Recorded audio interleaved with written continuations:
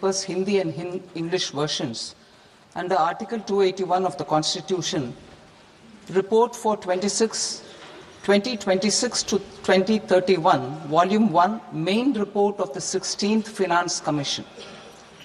2. Report for 2026-2031, Volume 2, annexures of the 16th Finance Commission. Number 3, explanatory memorandum as to the action taken on the recommendations contained in the above report. Item number 2, माननीय वित्त मंत्री Nirmala Sitharaman ji.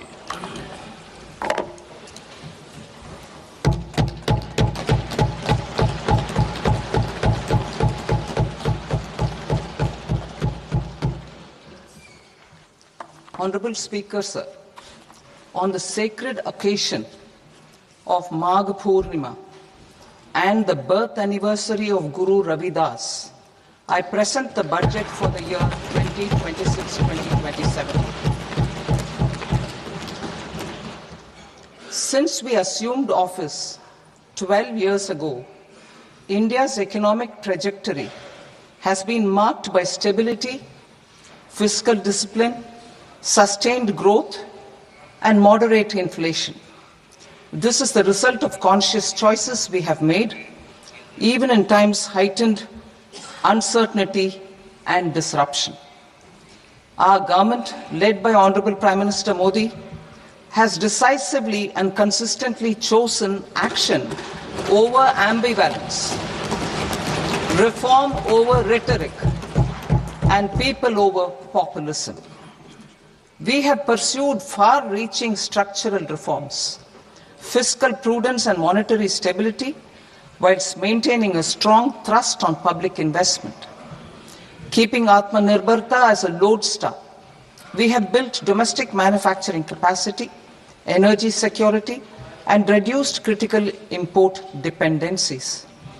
Simultaneously, we have ensured that citizens benefit from every action of the government, undertaking reforms to support employment generation, agricultural productivity, household purchasing power, and universal services to people. These measures have delivered a high growth rate of around 7% and helped us make substantial strides in poverty reduction and improvement in the lives of our people. Today, we face an external environment in which trade and multilateralism are imperiled and access to resources and supply chains are disrupted. New technologies are transforming production systems while sharply increasing demands on water, energy, and critical minerals. India will continue to take confident steps towards Vikasit Bharat, balancing ambition with inclusion. As a growing economy with expanding trade and capital needs, India must also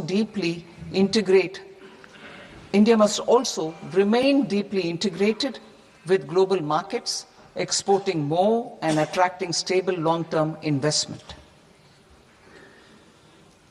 As I begin Part A, I want to express my gratitude to the people for standing firmly with us as we forge our way together towards becoming one of the largest economies of the world.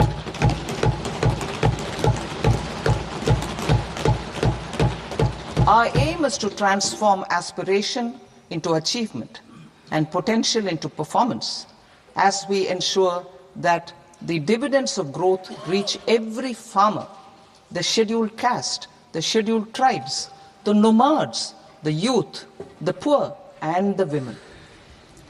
In Vikasit Bharat Young Leaders Dialogue 2026, several innovative ideas were shared with our Prime Minister, which have inspired many of the proposals, making this a unique Yuva Shakti-driven budget.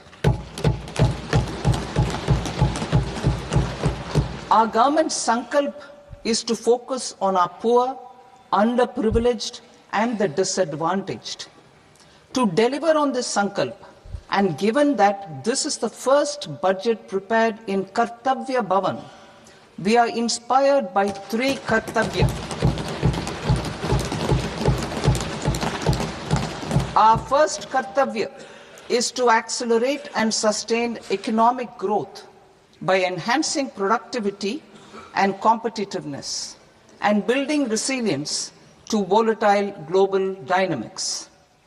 Our second kartavya is to fulfill aspirations of our people and build their capacity, making them strong partners in India's path to prosperity.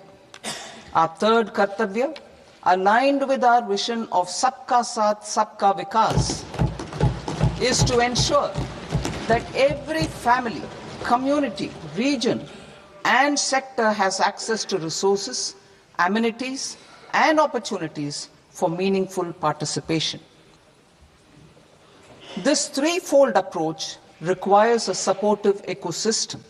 The first requirement is to sustain the momentum of structural reforms, continuous, adaptive, and forward-looking.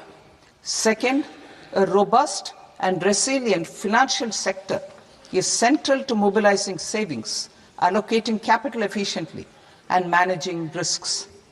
Third, cutting-edge technologies, including AI applications, can serve us as force multipliers for better governance. Reform Express. Our government has undertaken comprehensive reforms towards creating employment, boosting productivity, and accelerating growth. After the Prime Minister's announcement on Independence Day in 2025, over 350 reforms have been rolled out. This includes GST simplification, notification of labor codes, and rationalization of mandatory quality control orders. High-level committees have been formed, and in parallel, the central government is working with the state governments on deregulation and reducing compliance requirements. The Reform Express is well on its way and will maintain its momentum to help us fulfill our kartavya. I now move to specific proposals. Under our first kartavya, to accelerate and sustain economic growth, I propose interventions in 6 areas. 1. Scaling up manufacturing in 7 strategic and frontier sectors. 2. Rejuvenating legacy industrial sectors. 3. Creating champion MSMEs. 4. Delivering a powerful push for infrastructure. 5. Ensuring long-term security and stability. And 6. Developing city economic regions. Scaling up of manufacturing in 7 strategic and frontier sectors.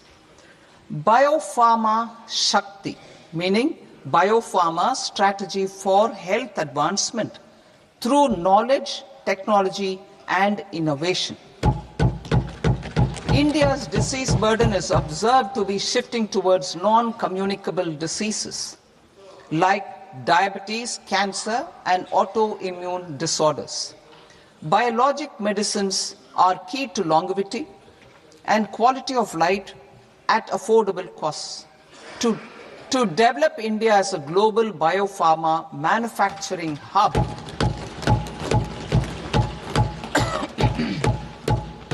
I propose the Biopharma Shakti with an outlay of 10,000 crores over the next 5 years.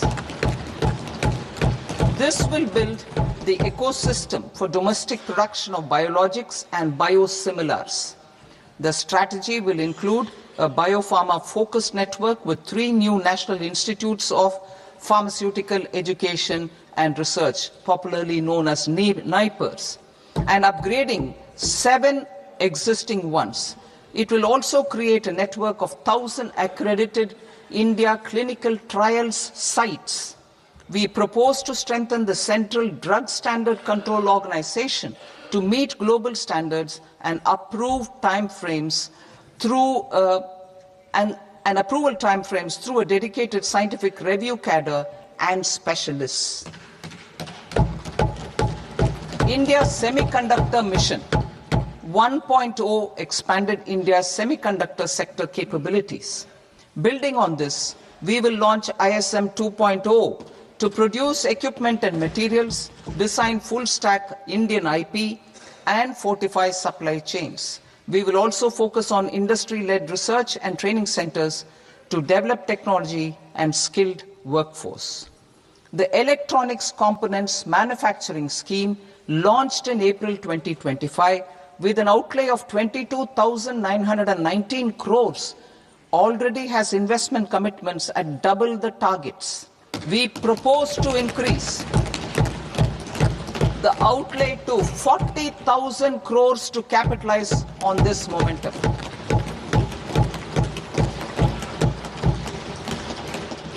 A scheme for rare earth permanent magnets was launched in 2025 November. We now propose to support the mineral-rich states of Odisha, Kerala, Andhra Pradesh, and Tamil Nadu to establish dedicated rare earth corridors to promote mining, processing, research, and manufacturing. To enhance domestic chemical production and reduce import dependency, we will launch a scheme to support states in establishing 3 dedicated chemical parks through challenge route on a cluster-based plug-and-play model. Strong capital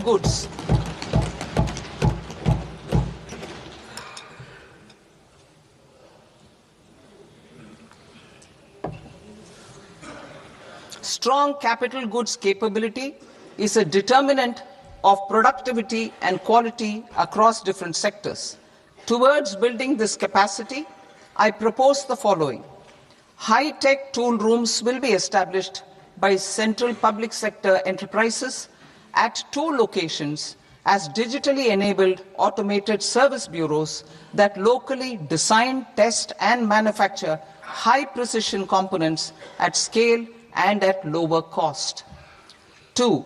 A scheme for enhancement of construction and infrastructure equipments will be introduced to strengthen domestic manufacturing of high value and technologically advanced CIE. This can range from lifts in a multi-storied apartment or firefighting equipment in multiplexes, large or small, and to tunnel boring equipments for building metros and high-altitude roads. I also propose a scheme for container manufacturing to create a globally competitive container manufacturing ecosystem with a budgetary allocation of 10,000 crores over a 5-year period. For the labor-intensive textile sector, I propose an integrated program with 5 subparts. 1. The National Fiber Scheme for self-reliance in natural fibers, such as silk, wool, and jute, man-made fibers, and new-age fibers. Textile expansion and employment scheme to modernize traditional clusters with capital support for machinery, technology upgradation, and common testing and certification centers. 3. The National Handloom and Handicraft Program to integrate and strengthen existing schemes and ensure targeted support for weavers and artisans. Tex Eco Initiative to promote globally competitive and sustainable textiles and apparels. Samarth 2.0 to modernize the upgrade the textile skilling ecosystem through collaboration with industry and academic institutions. Further, I propose to set up mega textile parks in challenge mode. They can also focus on bringing value addition to technical textiles. I propose to launch the Mahatma Gandhi Gram Swaraj initiative to strengthen khadi, handloom and handicrafts. This will help in global market linkage and branding. It will streamline and support training, skilling, quality of process and production. This will benefit our weavers, village industries, one district, one product ODOP initiative, and also our rural youth. India has the potential to emerge as a global hub for high quality, affordable sports goods. I propose a dedicated initiative for sports goods that will promote manufacturing, research, and innovation in equipment design as well as material sciences. Rejuvenation of legacy industrial clusters. I propose to introduce a scheme to revive 200 legacy industrial clusters to improve their cost competitiveness and efficiency through infrastructure and technology upgradation. Creating champion SMEs and supporting micro enterprises. Recognizing MSMEs as a vital engine of growth, I propose a three-pronged approach to help them grow as champions. Equity support. I propose to introduce a dedicated 10,000 crores SME growth fund to create future champions, incentivizing enterprises based on select criteria. I also propose to top up the Self-Reliant India Fund set up in 2021 with 2,000 crores to continue support to micro enterprises and maintain their access to risk capital. Liquidity support. With TREDS, more than 7 lakh crore has been made available to MSMEs. To leverage its full potential, I propose 4 measures. 1. Mandate TREDS as the transaction settlement platform for all purchases from MSMEs by CPSEs, serving as a benchmark for other corporates. 2. Introduce a credit guarantee support mechanism through CGT-MSE for invoice discounting on TREDS platform. 3. Link GEM with TREDS for sharing information with financiers about government purchases from MSMEs, encouraging cheaper and quicker financing. 4. Introduce TREDS receivables as asset-backed securities, helping develop a secondary market, enhancing liquidity and settlement of transactions. Professional support. Government will facilitate professional institutions such as the ICAI, ICSI, ICMAI to design short-term modular courses and practical tools to develop a cadre of corporate mitras, especially in Tier 2 and Tier 3 towns. These accredited para-professionals will help MSMEs meet compliance requirements at affordable costs. Infrastructure. During this past decade, our government has undertaken several initiatives for large-scale enhancement of public infrastructure, including through new financing instruments such as Infrastructure Investment Trust (InvITs) and Real Estate Investment Trust (REITs), and institutions like NIIF and NABFID. We shall continue to focus on developing infrastructure in cities with over 5 lakh population, that is Tier 2, Tier 3 cities, which have expanded to become growth centers. Public capital expenditure has increased manifold from 2 lakh crore in 2014-15 to an allocation of 11.2 lakh crore in BE 25-26.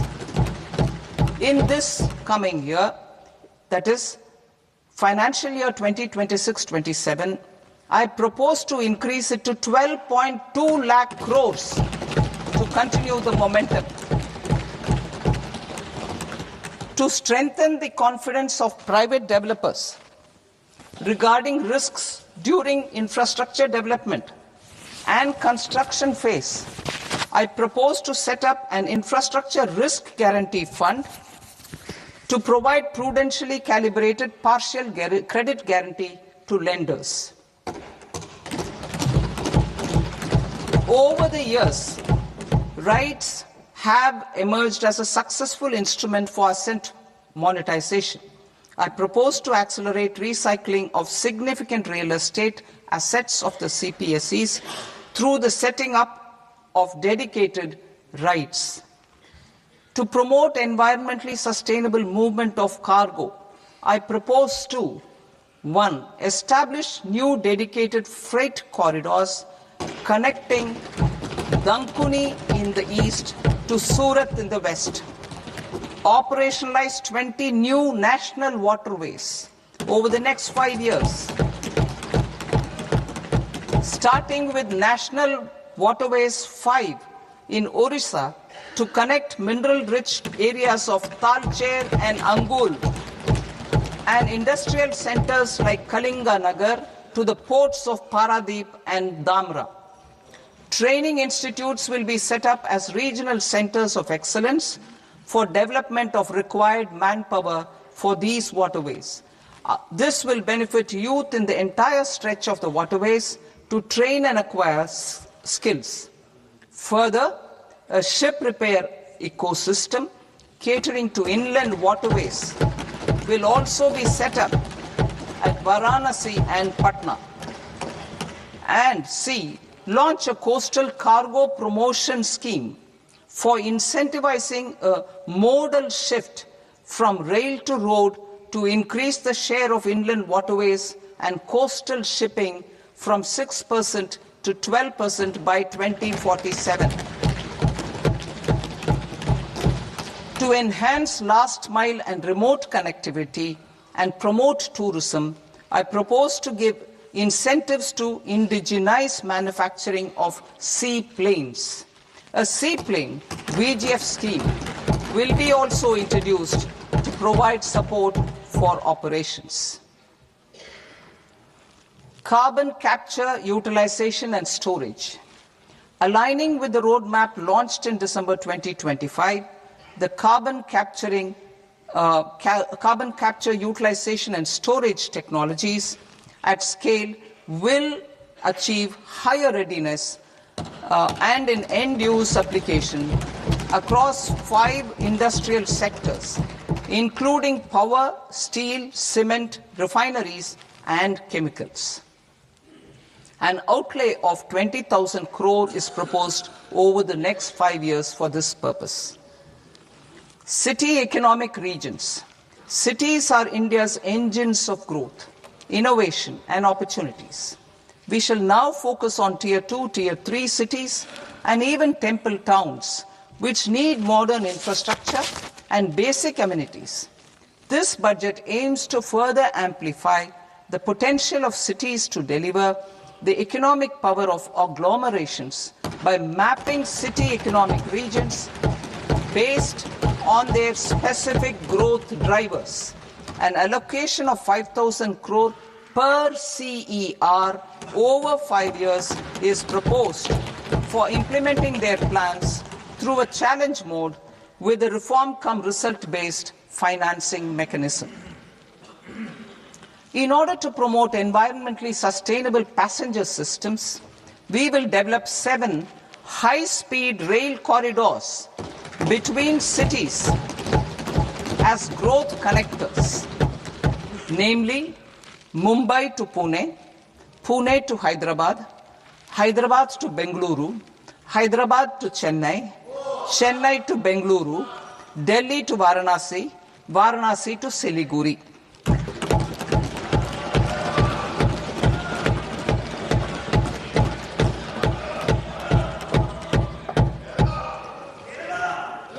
Financial sector. The Indian banking sector today is characterized by strong balance sheet, historic highs in profitability, improved asset quality, and coverage exceeding 98% of villages in the country. At this juncture, we are well placed to futuristically evaluate the measures needed to continue on the path of reform-led growth of this sector. I propose setting up a high-level committee on banking for Vikasit Bharat. High-level committee on banking for Vikasit Bharat to comprehensively review the sector and align it with India's next phase of growth, while safeguarding financial stability, inclusion, and consumer protection. The vision for NBFCs for Vikasit Bharat has been outlined with clear targets for credit disbursement and technology adoption in order to achieve scale and improve efficiency in the public sector NBFCs. As a first step, it is proposed to restructure the Power Finance Corporation and Rural Electrification Corporation. I propose a comprehensive review of the foreign exchange management non-debt instruments rules to create a more contemporary, user-friendly framework for foreign investments consistent with India's evolving economic priorities. Corporate bond market.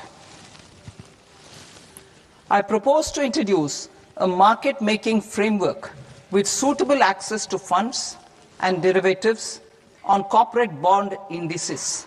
I also propose to introduce total return swaps on corporate bonds. Municipal bonds. To encourage the issuance of municipal bonds of higher value by larger cities, I propose an incentive of 100 crore rupees for a single bond issuance. 100 crore rupees for a single bond issuance of more than 1,000 crore. The current scheme under Amrit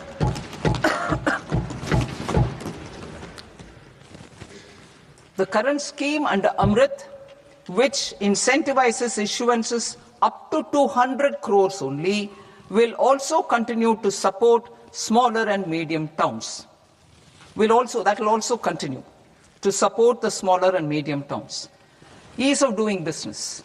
Individual persons resident outside India, PROI, will be permitted to invest in equity instruments of listed Indian companies through the portfolio investment scheme.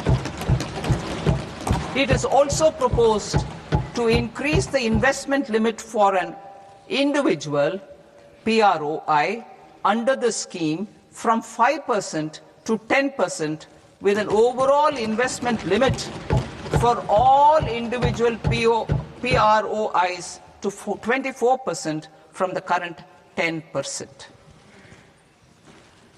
Emerging technologies including AI. 21st century is technology driven. Adoption of technology is for the benefit of all people. Farmers in the field, women in STEM, youth keen to upskill, and Divyangjan to access newer opportunities. The government has taken several steps to support new technologies through AI Mission, National Quantum Mission, Anusandhan National Research Fund, and Research and Development and Innovation Fund. Our second kartavya is to fulfill aspirations and build capacities. Close to 25 crore individuals have come out of multi-dimensional poverty through a decade of our government's sustained and reform-oriented efforts.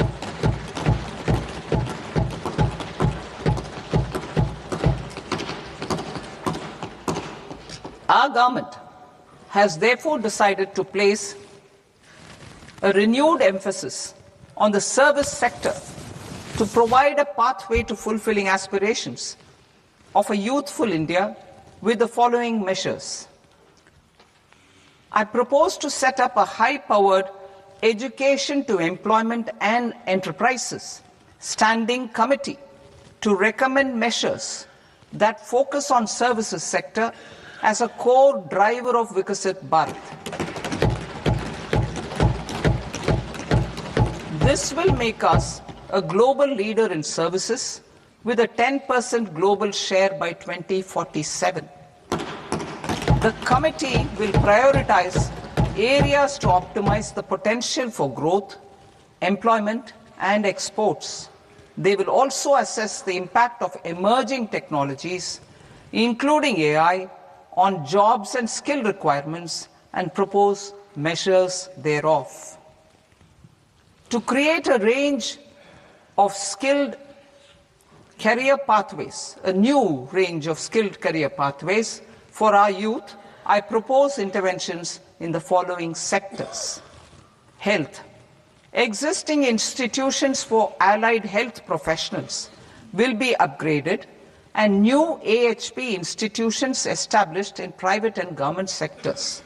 This will cover 10 selected disciplines, including optometry, radiology, anesthesia, OT technology, applied psychology, and behavioral health, and add 1 lakh AHPs over the next 5 years.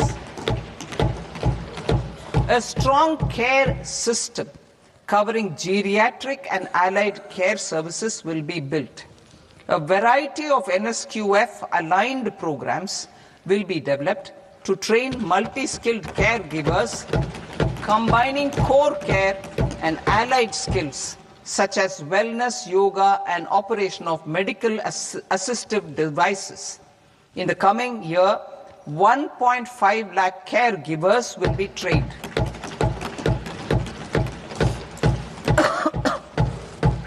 Hubs for medical value tourism. To promote India as a hub for medical tourism services, I propose to launch a scheme to support states in establishing 5 regional medical hubs in partnership with the private sector. These hubs will serve as integrated healthcare complexes that combine medical, educational, and research facilities. They will have Ayush centers, medical value tourism facilitation centers, and infrastructure for diagnostics, post-care, and rehabilitation. These hubs will provide diverse opportunities, job opportunities, for health professionals, including doctors and AHPs.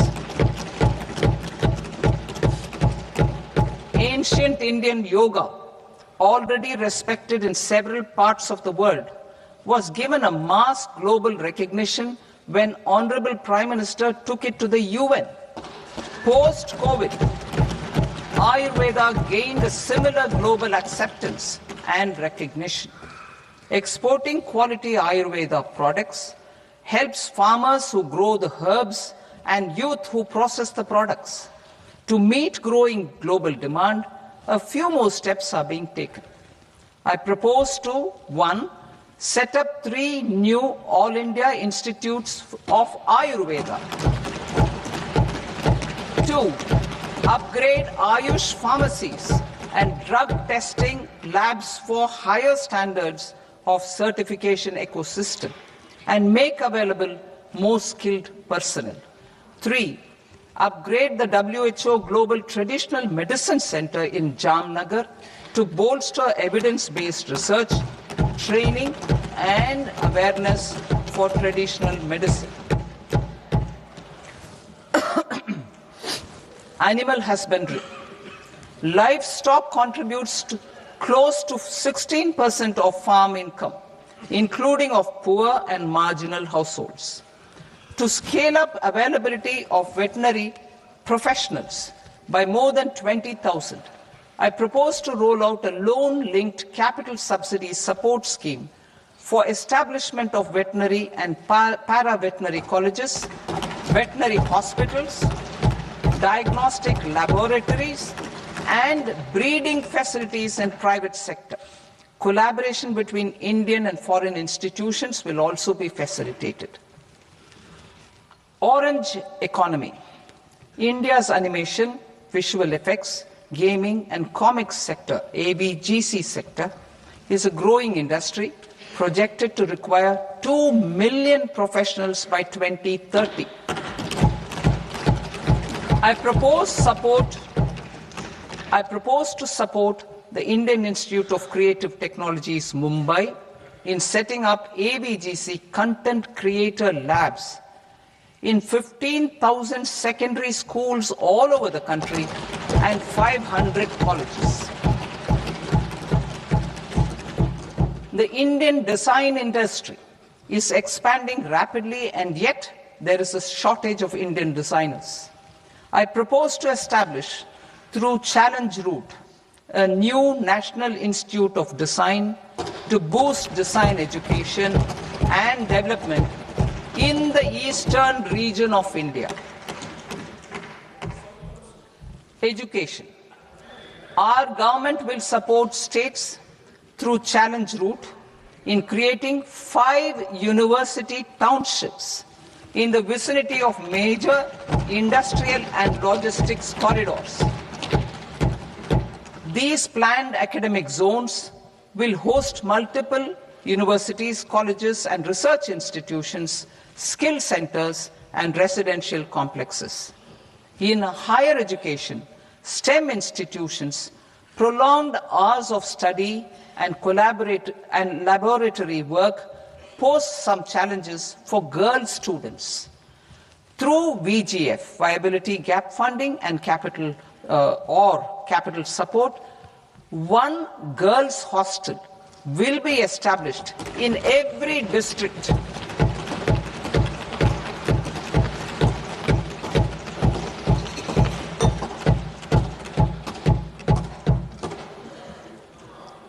To promote astrophysics and astronomy via immersive experiences, 4 telescope infrastructure facilities will be set up or upgraded. The National Large Solar Telescope, the National Large Optical Infrared Telescope, the Himalayan Chandra Telescope, and the Cosmos 2 Planetarium. Tourism. The tourism sector has the potential to play a large role in the employment generation, forex earnings, and expanding the local economy. I propose to set up a National Institute of Hospitality by upgrading the existing National Council for Hotel Management and Catering Technology. It will function as a bridge between academia, industry, and government. I also propose a pilot scheme for upskilling 10,000 guides in 20 iconic tourist sites through a standardized, high-quality, 12-week training course in hybrid mode in collaboration with the Indian Institute of Management. A national destination digital knowledge grid will be established to digitally document all places of significance, cultural, spiritual, and heritage. This initiative will create a new ecosystem of jobs for local researchers, historians, content creators, and technology partners. India has the potential and opportunity to offer world-class trekking and hiking experience. We will develop ecologically sustainable mountain trails in Himachal Pradesh, Uttarakhand, and Jammu Kashmir. Also in Araku Valley in the Eastern Ghats and Podigai Malai in the Western Ghats. Turtle trails along key nesting sites in the coastal areas of Odisha, Karnataka, and Kerala. And 3 bird watching trails along the Pulikat Lake in Andhra Pradesh, Tamil Nadu. It's on the border.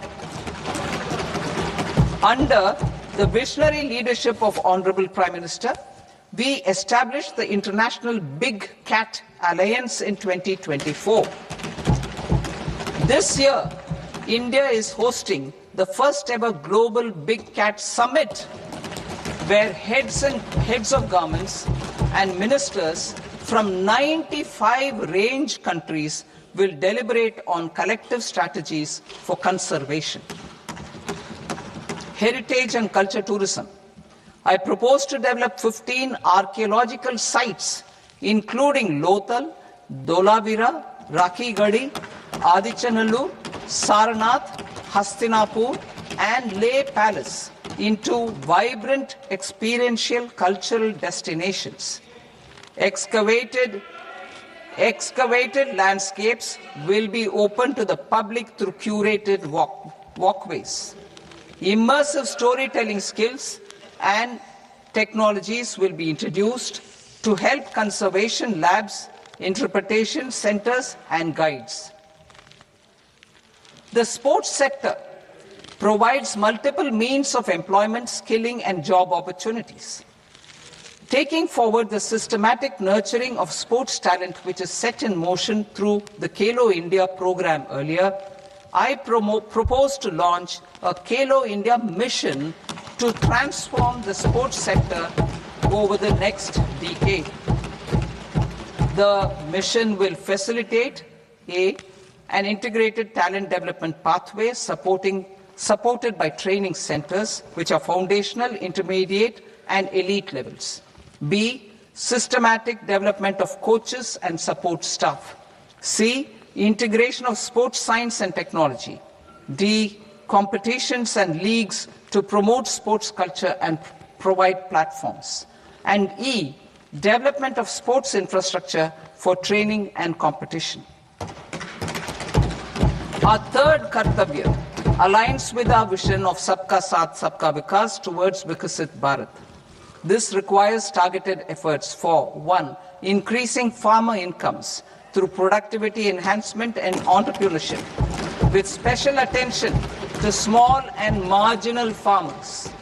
B. Empowering Divyangjan through access to livelihood opportunities, training, and high-quality assistive devices.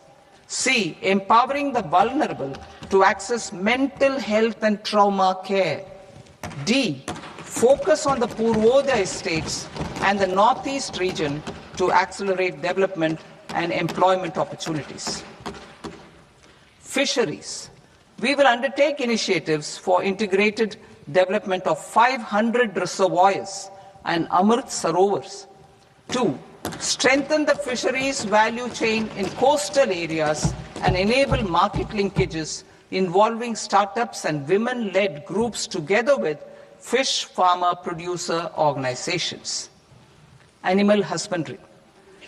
To provide quality employment opportunities in rural and peri-urban areas, we will support the animal husbandry sector in entrepreneurship development through A. A credit-linked subsidy program. B. Scaling up and modernization of livestock enterprises. C. Enhanced creation of livestock, dairy, and poultry. Enhanced creation of livestock, dairy, and poultry-focused integrated value chains. And D. Encourage creation of livestock farmer-producer organizations. High-value agriculture.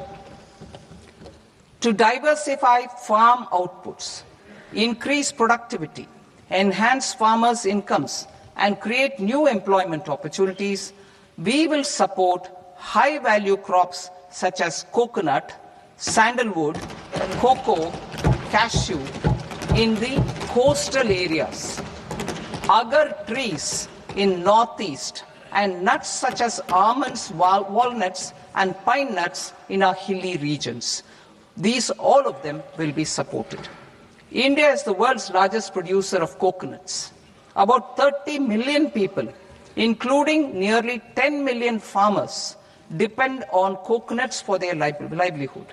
To further enhance competitiveness in coconut production, I propose a coconut promotion scheme to increase production and enhance productivity through various interventions, including replacing and non-productive trees, with new saplings or plants or varieties in major coconut growing states. A dedicated program is proposed for Indian cashew and cocoa to make India self-reliant in raw cashew and coconut production and processing, enhance export competitiveness, and transform Indian cashew and Indian cocoa into premium global brands by 2030. Sandalwood. Sandalwood is closely linked to India's social and cultural heritage. Our government will partner with state governments to promote focused cultivation and post-harvest processing to restore the glory of the Indian sandalwood ecosystem, to rejuvenate old, low-yielding orchards, and expand high-density cultivation of walnuts, almonds, and pine nuts. We will support a dedicated program to enhance farmer incomes and in bringing value addition by engaging youth. Bharat Vistar, that is virtually integrated system to access agricultural resources.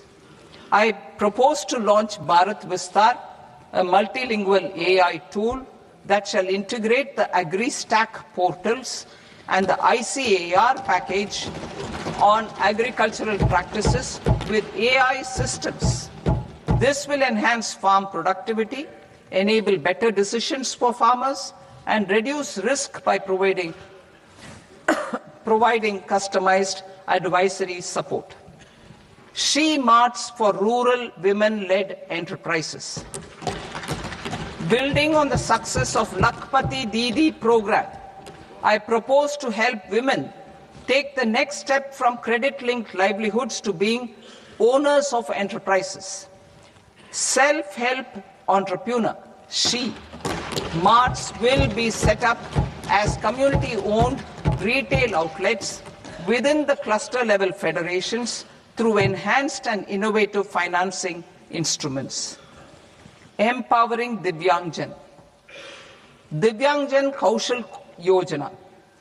Information technology, AVGC sectors, hospitality and food and beverages sectors often offer task-oriented and process-driven roles which are suitable for Divyangjan. We will ensure dignified livelihood opportunities through industry-relevant and customized training specific to each Divyangjan group. Divyang Sahara Yojana. Timely access to high-quality assistive devices for all eligible Divyangjan is a fundamental need. I propose to 1. Support the Artificial Limbs Manufacturing Corporation of India, ALIMCO, to set up and to scale up production of assistive devices, invest in R&D and AI integration, strengthen PM Divyasha Kendras, and support setting up of assistive technology marts as modern retail style centers where Divyangjan and senior citizens can see, try and purchase assistive products. Reaffirming our commitment to mental health and trauma care. There are no national institutes for mental health care in North India. We will therefore set up a NIMHANS 2 and also upgrade national mental health institutes in Ranchi and in Tezpur as regional apex institutions. Emergencies expose families, particularly the poor and vulnerable, to unexpected expenditure. We will strengthen and increase these capacities by 50% in district hospitals by establishing emergency and trauma care centers. Focus on Purvodaya states and northeastern regions. Purvodaya. I propose the development of an integrated East Coast industrial corridor with a well-connected node at Durgapur creation of 5 tourism destinations in 5 Purvodaya states, and the provision of 4,000 e-buses. Buddhist sites in northeastern region. The northeastern region is a civilizational confluence of Theravada and Mahayana or Vajrayana traditions. I propose to launch a scheme for development of Buddhist circuits in Arunachal Pradesh, Sikkim, Assam, Manipur, Mizoram, and Tripura. The scheme will cover preservation of temples and monasteries, pilgrimage interpretation centers, connectivity, and pilgrim amenities. 16th Finance Commission. On 17th November 2025, the 16th Finance Commission submitted its report to the President. As mandated under Article 281 of the Constitution, the government is to lay the report along with the explanatory memorandum on the action taken report on the recommendations of the Commission in Parliament, which, Sir, Honourable Speaker, you've allowed me to do at the commencement of this session. The government has accepted the recommendation of the Commission to retain the vertical share of devolution at 41%. As recommended by the Commission, I have provided 1.4 lakh crores of rupees to the states for the year 2026-2027 as Finance Commission grants. These include rural and urban local body and disaster management grants. Fiscal consolidation. Government has been delivering on our fiscal commitments consistently without compromising on social needs. To strive towards accepted standards of fiscal management in Budget 25-26, I had indicated that the central government would target reaching a debt to GDP ratio of 50 plus or minus 1% by 2030-31. In line with this, the debt to GDP ratio is estimated to be 55.6% of GDP in BE 26-27, compared to 56.1% of GDP in RE 25-26. A declining debt to GDP ratio will gradually free up resources for priority sector lending and expenditure by reducing the outgo on interest payments. One of the main operational instruments for debt targeting is the fiscal deficit. I am happy to inform this august House that I fulfilled my commitment made in 2021-2022 to reduce fiscal deficit below 4.5% of GDP by 25-26. In RE 25-26, the fiscal deficit has been estimated at par with BE of 2025-26 at 4.4% of GDP. In line with the new fiscal prudence path of debt consolidation, the fiscal deficit in BE 26-27 is estimated to be 4.3% of the GDP.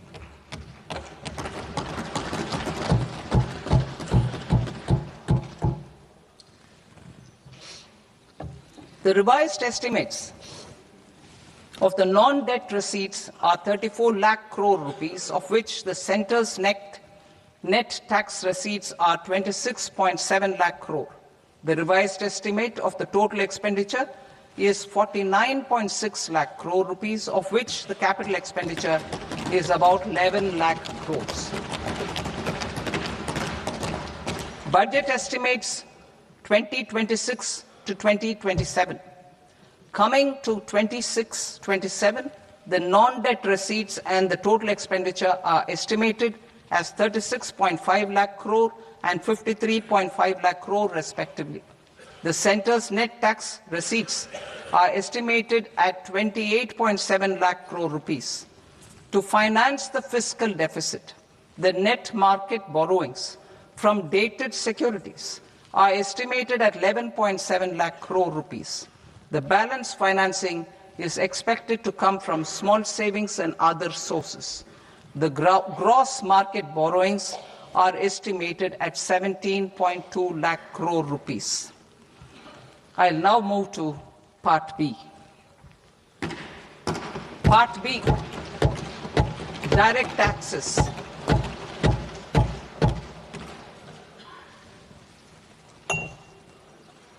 Honorable Speaker, sir, I now present my proposals on direct taxes. New Income Tax Act. In July 2024, I announced a comprehensive review of the Income Tax Act 1961. This was completed in a record time, and the Income Tax Act 2025 will come into effect from 1st April 2026. The simplified income tax rules and forms will be notified shortly, giving adequate time to taxpayers to acquaint themselves with its requirements. The forms have been redesigned such that ordinary citizens can comply without difficulty. Ease of living. I propose that any interest awarded by the Motor Accident Claims Tribunal to a natural person will be exempt from income tax, and any TDS on this account will be done away with. I propose to reduce TCS rate on the sale of overseas tour program package from the current 5% and 20% to 2% without any stipulation of amount. I propose to reduce TCS rate for pursuing education and for medical purposes under the Liberalized Remittance Scheme, popularly known as LRS, from 5% to 2%. Supply of manpower services is proposed to be specifically brought within the ambit of payment to contractors for the purpose of TDS to avoid ambiguity. Thus, TDS on these services will be at the rate of either 1% or 2% only. I propose a scheme for small taxpayers, wherein a rule-based automated process will enable obtaining a lower or nil deduction certificate instead of filing an application with the assessing officer. For the ease of taxpayer holding securities in multiple companies, I propose to enable depositories to accept Form 15G or Form 15H from the investor and provide it directly to various relevant companies. I propose to extend time available for revising returns from 31st December to up to 31st March with the payment of a nominal fee. I also propose to stagger the timeline for filing of tax returns. Individuals with ITR 1 and ITR 2 returns will continue to file till 31st July, and non-audit business cases or trusts are proposed to be allowed time till 31st August.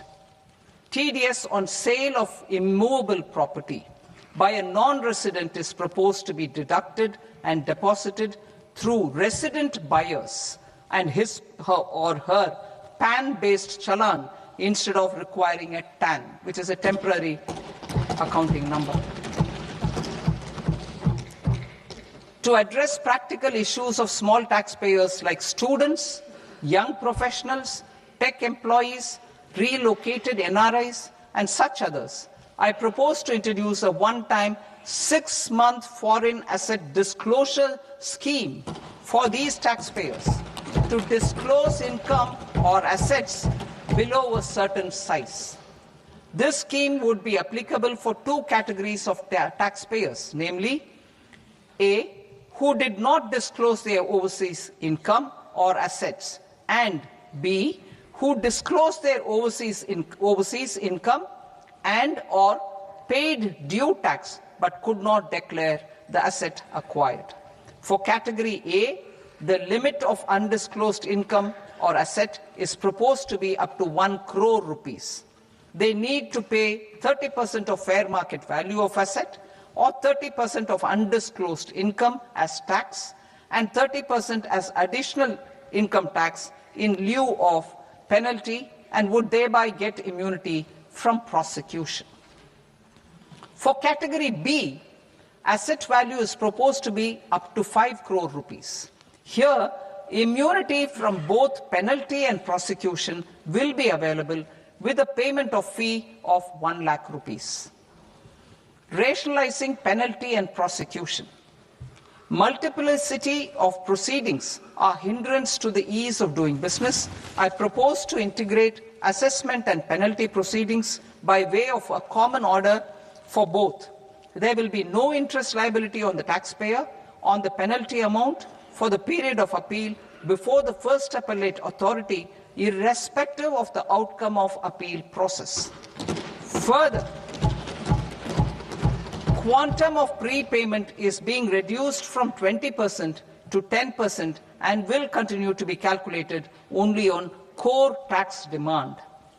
As an additional measure for reducing litigation, I propose to allow taxpayers to update their returns even after reassessment proceedings have been initiated, and an additional 10% tax rate over and above the rate applicable for the relevant year. The assessing officer will then use only this updated return in his proceedings. There is already a framework for immunity from penalty and prosecution in the cases of underreporting. I propose to apply this framework for immunity to misreporting too. However, in such a case, the taxpayer will need to pay 100% of the tax amount as an additional income tax over and above the tax and interest due. Penalties for certain technical defaults, such as failure to get accounts audited, non-furnishing of transfer pricing audit report, and default in furnishing statement for financial transactions, are proposed to be converted into fee.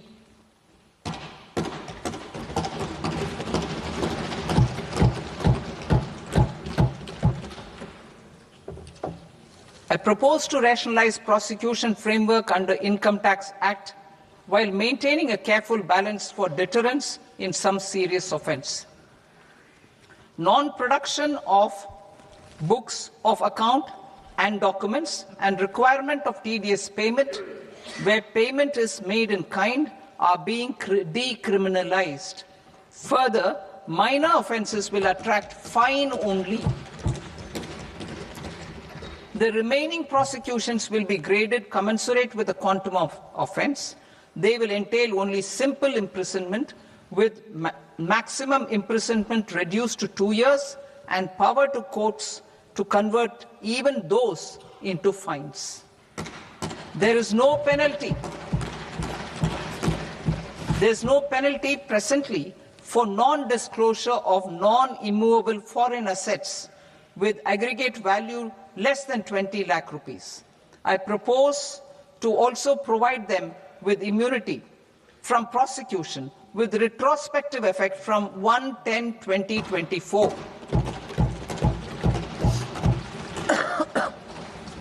Cooperatives. Deduction is already allowed to a primary cooperative society engaged in supplying milk, oilseeds, fruits or vegetables raised or grown by its members. I propose to extend this deduction to also include supply of cattle feed and cotton seed produced by its members.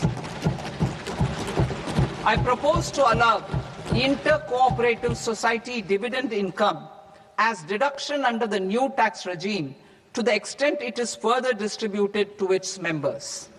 I further propose to allow exemption for a period of 3 years to dividend income received by a notified national cooperative federation on their investments made in companies up to 31/1/2026.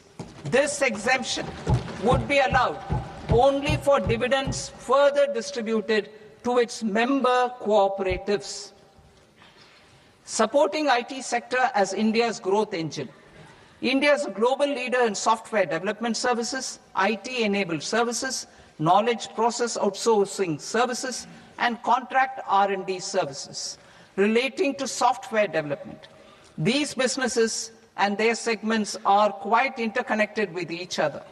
All these services are proposed to be clubbed under a single category of information technology services with a common safe harbor margin of 15.5% applicable to all. The threshold for availing safe harbor for IT services is being enhanced substantially from 300 crore rupees to 2,000 crore rupees. Safe harbor for IT services shall be approved by an automated rule-driven process without any need for tax officer to examine and accept the application. Once applied by an IT services company, the same safe harbor can be continued for a period of 5 years at a stretch at its choice. For IT services companies who want to conclude advanced pricing agreement, APA, I propose to fast-track unilateral APA process for IT services and endeavor to conclude it within a period of 2 years. The period of 2 years can be extended by a further period of 6 months on taxpayers' request. I propose to extend the facility of modified returns available to the entity entering APA to its associated entities also. Attracting global business and investment. Recognizing the need to enable critical infrastructure and boost investment in data centers, I propose to provide tax holiday till 2047 to any foreign company that provides cloud services to customers globally by using data center services from India. It will, however, need to provide services to Indian customers through an Indian reseller entity. I also propose to provide a safe harbor of 15% on cost in case the company providing data center services from India is a related entity. To harness the efficiency of just-in-time logistics for electronic manufacturing, I propose to provide safe harbor to non-residents for component warehousing in a bonded warehouse at a profit margin of 2% of the invoice value. The resultant tax of about 0.7% will be much lower than in competing jurisdictions. To provide fillip to toll manufacturing in India, I propose to provide exemption from income tax for 5 years to any non-resident who provides capital goods, equipment, or tooling to any toll manufacturer in a bonded zone. To encourage vast pool of global talent to work in India for a longer period of time, I propose to provide exemption to global, non-India sourced income of a non-resident expert for a stay period of 5 years under notified schemes. I propose to provide exemption from minimum alternate tax, the MAT, to all non-residents who pay tax on presumptive basis. Tax administration.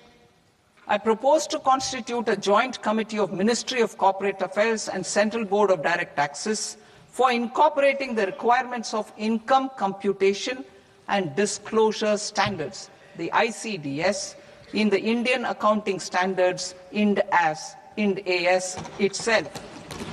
Separate accounting requirement based on ICDS will be done away with from the tax year 27-28.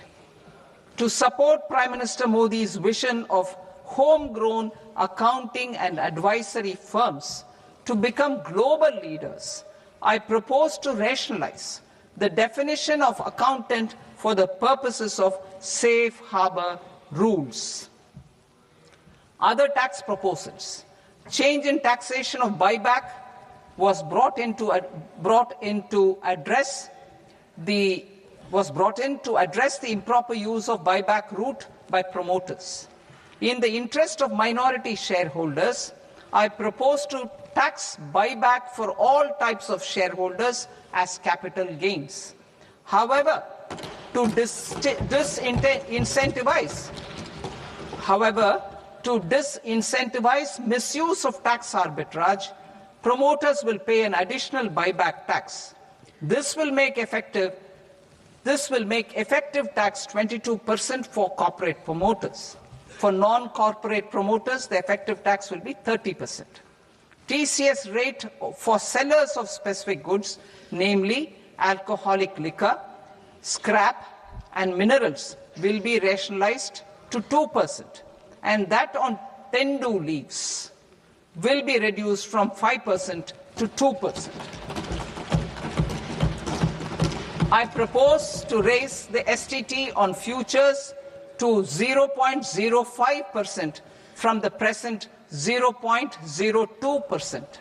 STT on options premium and exercise of options are both proposed to be raised to 0.15% from the present rate of 0.1% and 0.125% respectively. We reformed the taxation landscape for corporates in 2019 by providing them a simplified regime with lower tax rate so that they could productively focus on business rather than on claim of deductions and exemptions.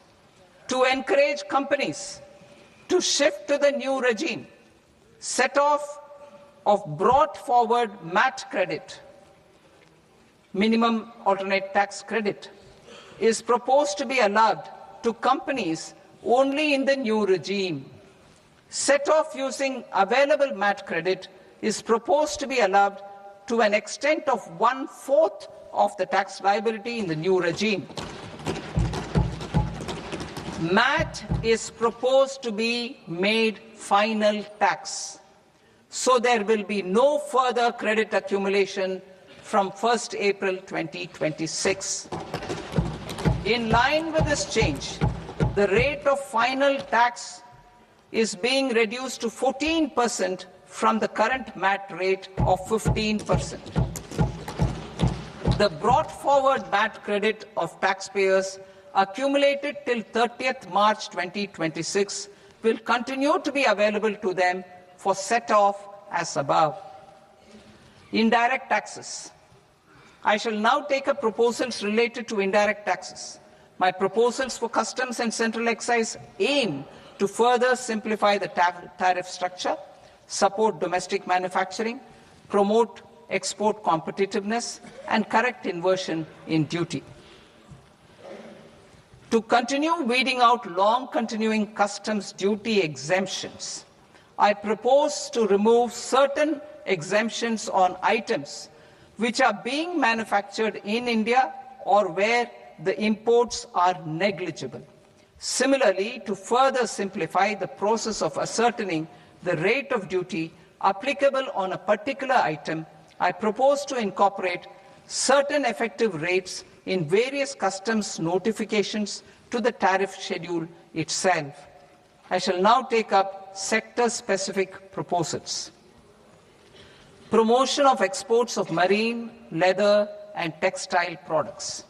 I propose to increase the limit for duty-free imports of specified inputs used for processing seafoods for export from the current 1% to 3% of FOB value of the previous year's export turnover. I also propose to allow duty-free imports of specified inputs, which is currently available for exports of leather or synthetic footwear, to exports of shoe uppers as well. I propose to extend the time period for export of final product from the existing 6 months to 1 year for exporters of leather or textile garments, leather or synthetic footwear, and other leather products. Energy transition and security.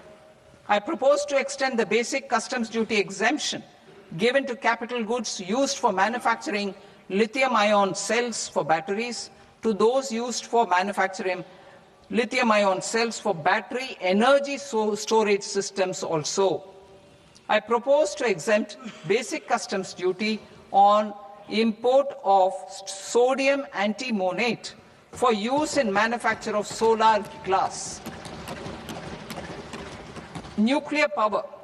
I propose to extend the existing basic customs duty exemption on imports of goods required for nuclear power projects till the year 2035 and expand it for all nuclear plants irrespective of their capacity. Critical minerals. It is proposed to provide basic customs duty exemption to the import of capital goods required for the processing of critical minerals in India. Biogas blended CNG. I propose to exclude the entire value of biogas while calculating the central excise duty payable on biogas blended CNG. Civil and defense aviation. I propose to exempt basic customs duty on components and parts required for the manufacture of civilian training and other aircrafts.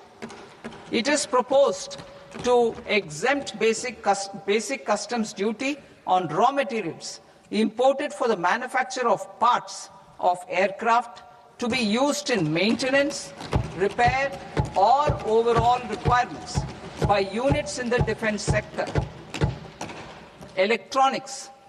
To deepen value addition in the consumer electronics sector, I propose to exempt basic customs duty on specified parts used in the manufacture of microwave ovens. Special economic zone.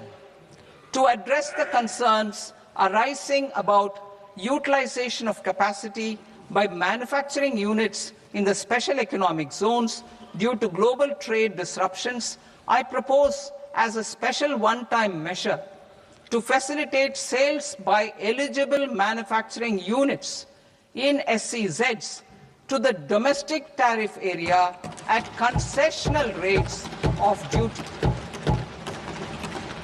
The quantity of such sales will be limited to a prescribed proportion of their exports. Necessary regulatory changes will be undertaken to operationalize the measures while ensuring level playing field for the units working in the DTA. Ease of living. To rationalize the customs duty structure for goods imported for personal use, I propose to reduce the tariff rate on all dutiable goods imported for personal use from 20% to 10%.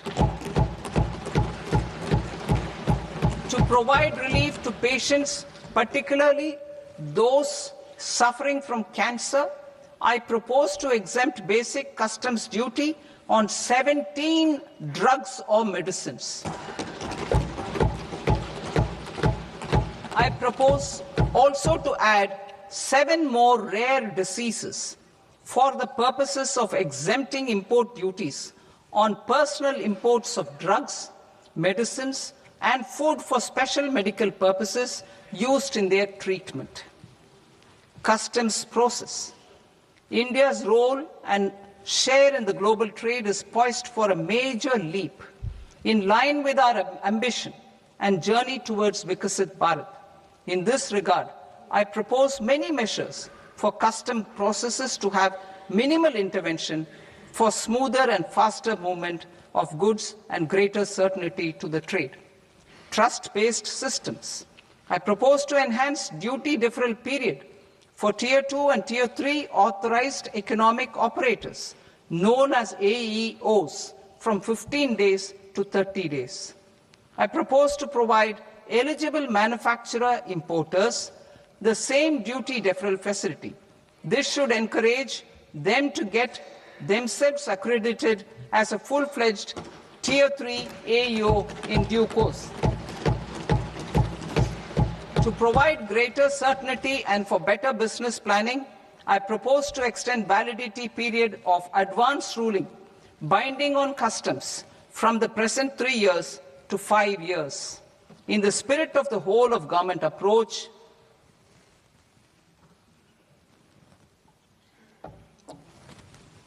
Government agencies will be encouraged to leverage AEO accreditation for preferential treatment in clearing their cargo.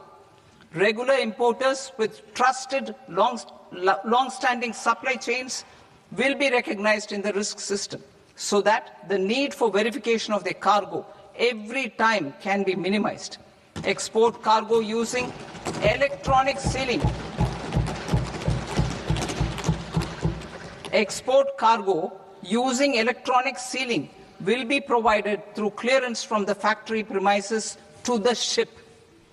For import of goods not needing any compliance, filing of bill of entry by a trusted importer and arrival of goods will automatically notify customs for completing their clearance formalities.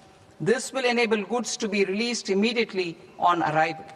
The customs warehouse framework will be transformed into a warehouse operator-centric system with a self-declarations, electronic tracking, and risk-based audit.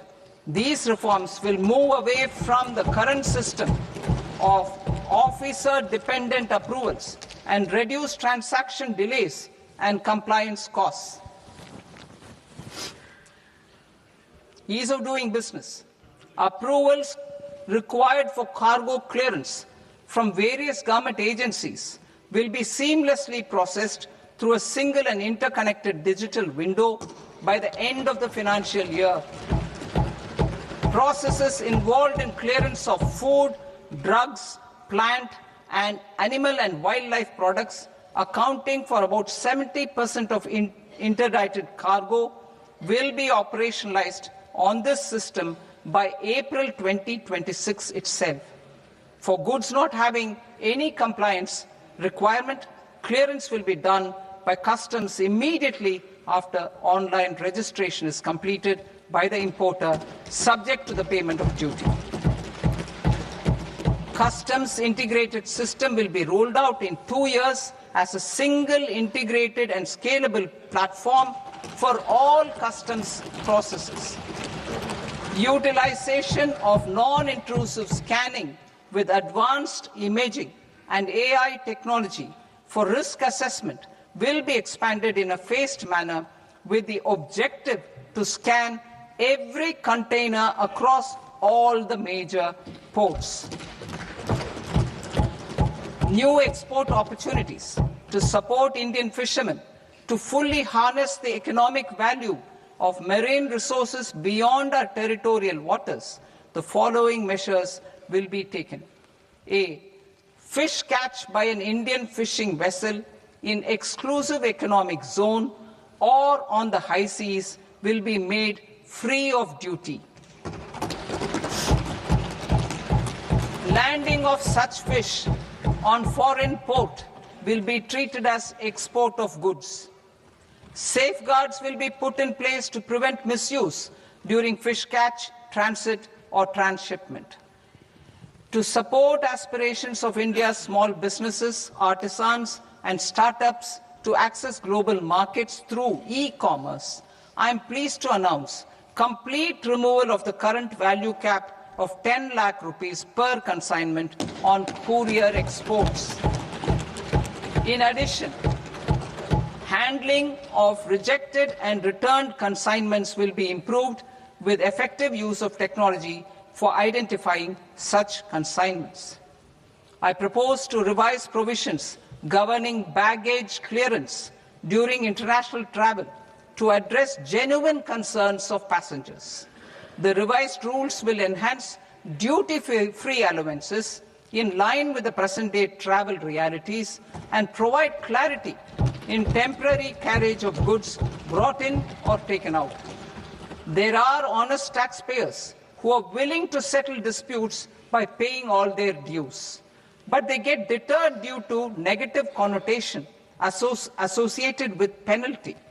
They will now be able to close cases by paying an additional amount in lieu of penalty.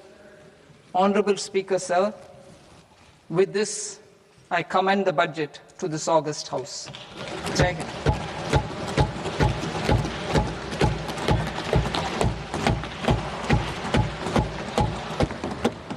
1.5 hours.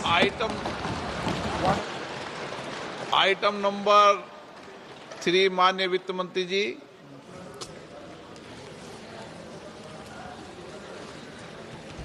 Item number 2, sir. 3। 3.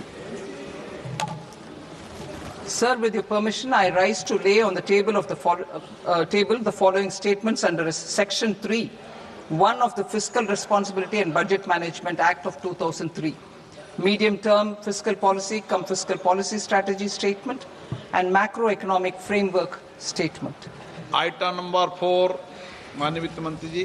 Sir, with your permission, I move for leave to introduce the Finance Bill 2026. प्रश्न ये कि विधेयक को पुनर्स्थापित करने की अनुमति प्रदान की जाए। जो सदस्य इस पक्ष में हाँ गए, जो सदस्य विरोध में ना गए, मेरे विचार में निर्णय हाँ वालों के पक्ष में, हाँ वालों के पक्ष में अनुमति प्रदान की जाती है। माननीय मंत्री जी, आप विधेयक पुनर्स्थापित करें। Sir, I introduce the bill. माननीय सदस्य, आपको सूचित किया जाता है कि माननीय वित्त मंत्री जी के बजट भाषण की कॉपी पब्लिकेशन काउंटर पर ली जाती है। बजट भाषण और बजट से संबंधित दस्तावेज आपके मोबाइल फोन और मेंबर पोर्टल्स पर ही उपलब्ध है। सभा की कार्रवाई कल सोमवार दिनांक 2 फरवरी 2026 को प्राप्त 11 बजे तक के लिए स्थगित की जाती है।